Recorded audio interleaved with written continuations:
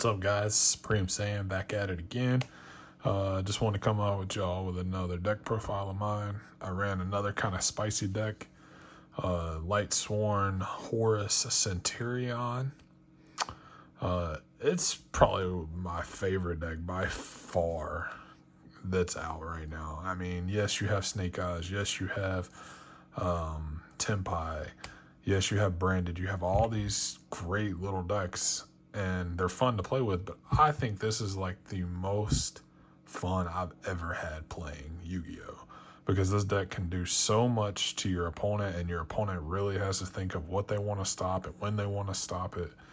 So yeah, guys, I really hope you enjoy the deck profile. Like, comment, and always subscribe if you're not subscribed to the channel.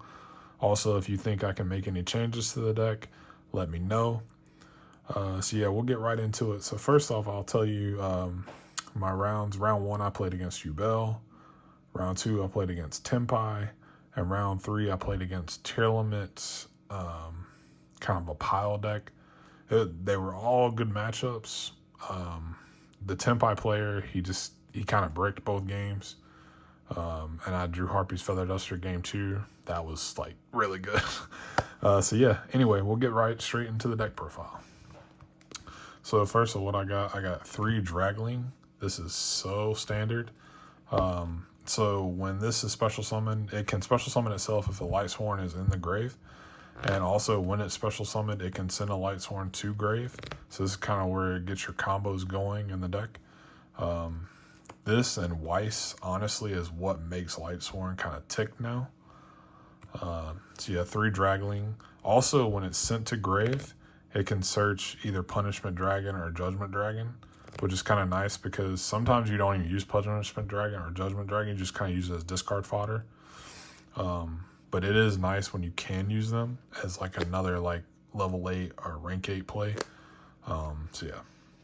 And then you have what makes the bricks that you run, which is Wolf and Felice, what makes them really playable and not bricky anymore.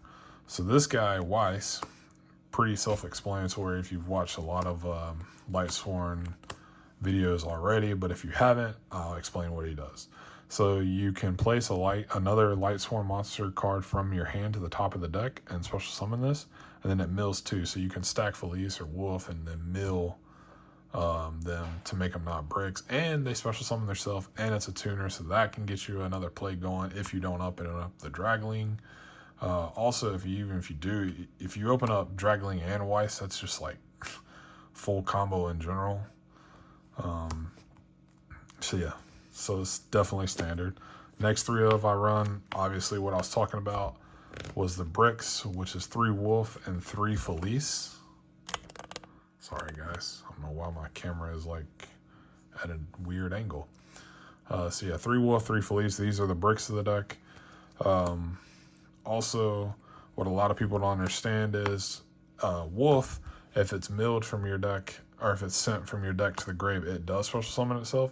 But Felice can only special summon itself if it's sent from the deck by a monster effect.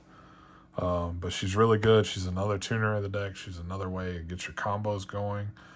I thought about cutting Felice down to 2, but you just really can't. And honestly, I don't really typically run into a problem and, feel like it's like too bricky. But, I mean, you do play like Solar Recharge and stuff to kind of get you, your bricks out of your hand. But yeah, this is definitely standard right here. And then for the other Lightsworns I run, run 1 Raiden. So Raiden's kind of, the older decks, like you could just like wait till the end phase to mill, but now it's like you have to play turn 1. You have to kind of combo off. So yeah, Raiden's just kind of another solar recharge target and another Lightsworn name.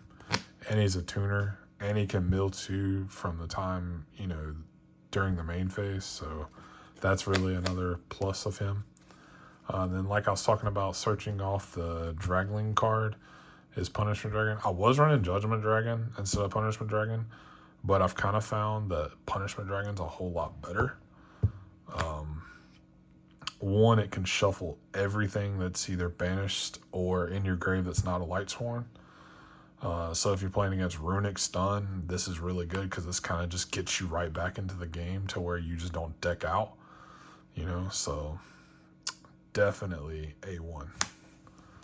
I've thought about cutting this card, but I just can't cut it. It's really good.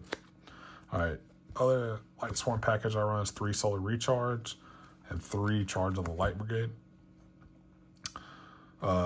Some people didn't know this, but the charge of the light brigade is send 3 for cost. I had somebody try to ash me, and I was like, yeah, the send 3 is cost. And they were like, oh, okay. So I just let them take the ash back. It's fine. But yeah, then you have solar recharge, like I was saying, that kind of gets your bricks out of your hand. If you draw them, you have no other way of doing it. So it lets you draw 2 and then mill 2s, which is nice. And then the last lightsworn engine I run is the lightsworn Aegis. So I've went back and forth with this card. I kind of have a love and hate relationship with this card. Obviously, if it's face down, you can activate it to negate something if you control lightsworn. Also, if it's milled from your deck, you can set it from your grave, so that's kind of nice. But at 1, I mean, it's fine. I'll keep it. So that's it for the lightsworn package. So to get into the Centurion package that I run a very, very small Centurion package. I run 1 Primera, 1 Gargoyle, 1 Trudea, and 1 stand-up Centurion. This is kind of like what gets you into your Crimson Dragon, Hot Calamities plays, lock your opponent out from playing. I can't tell you how many times I've done that, and my opponent just goes, so I can't activate anything. You cannot. Also, what people don't understand is Calamities has to be chain 1. Like, it has to be the only thing that goes off, so you have to make sure your opponent resolves their effects if they have multiple effects that are happening before you activate it. So just keep that in mind, playing Calamities. It's kind of like, you know, a good thing to know if you're going to play any kind of Centurion deck. The next package I run is Horus. So I run 3 Insemity. This is a must. 1 Happy and 3 King Sark. I've kind of thought about cutting 1 King Sark and playing 2, but it's kind of nice because, you know, you kind of have it as a backup plan. So, yeah, because you mill a lot of cards. So if you mill 2, it's kind of like, it sucks. But then if you do, you have the extra. Let's see. Also, with Insemity, it can kind of get your other bricks out of your hand, so that's another reason to run Horus.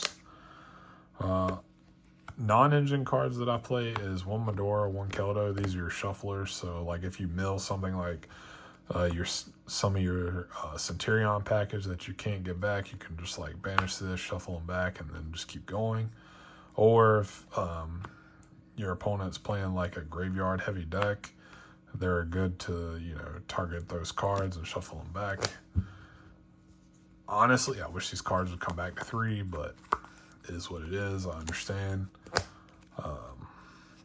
And then for the other spells I run, kind of non-engine, is 3 Upstart, 3 Triple Tactics Talent, and 1 Call by the Grave. So in game 2, I normally side out Upstart Goblin because time sometimes becomes a factor if you're playing against certain decks. So you don't really want to like draw dead cards. It's like, you know, siding out Cosmic Cyclone in game 3 if you're about to go into time, because you just don't want to draw a dead card or a card that, you know, is going to basically change the outcome of the game if you're about to go into time. So yeah, that's the main deck. It's 41 cards. Very good. Like I said, you can cut the Punishment Dragon if you want to, make it an even 40. But honestly, I really love the deck. I've enjoyed playing it. It's probably one of the best Yu-Gi-Oh decks I've ever played. So get into the extra deck. I play 1 Minerva. This is the main boss monster of the deck.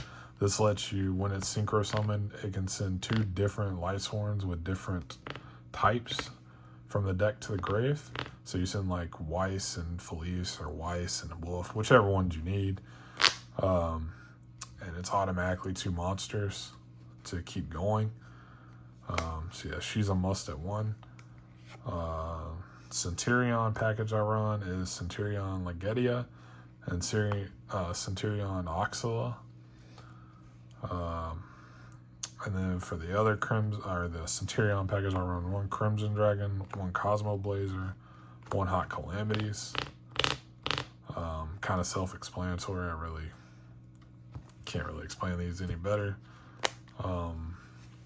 That's it for the synchros that I run. And then for the links, I run 1 IP, 1 SP, 1 Lina, 1 Appaloosa. I've thought about adding Dark in here, but I'm kind of back and forth with it. And then that's it for the links. I run 1 Zombie Vampire, 1 number 90. Kind of go into this if you feel like they got nibbed to start your combos off. That way you don't get nibbed. The 1 Dugaris and 1 Minerva the Exalted Lightsworn and 1 Typhon for the Exceeds I run. This is the main one you go into, and then this. But if you find yourself as like needing extra draw power, you can go into number 16. But yeah, guys, that's the deck profile. I really hope you enjoyed it. I've really had fun, like I said, playing the deck.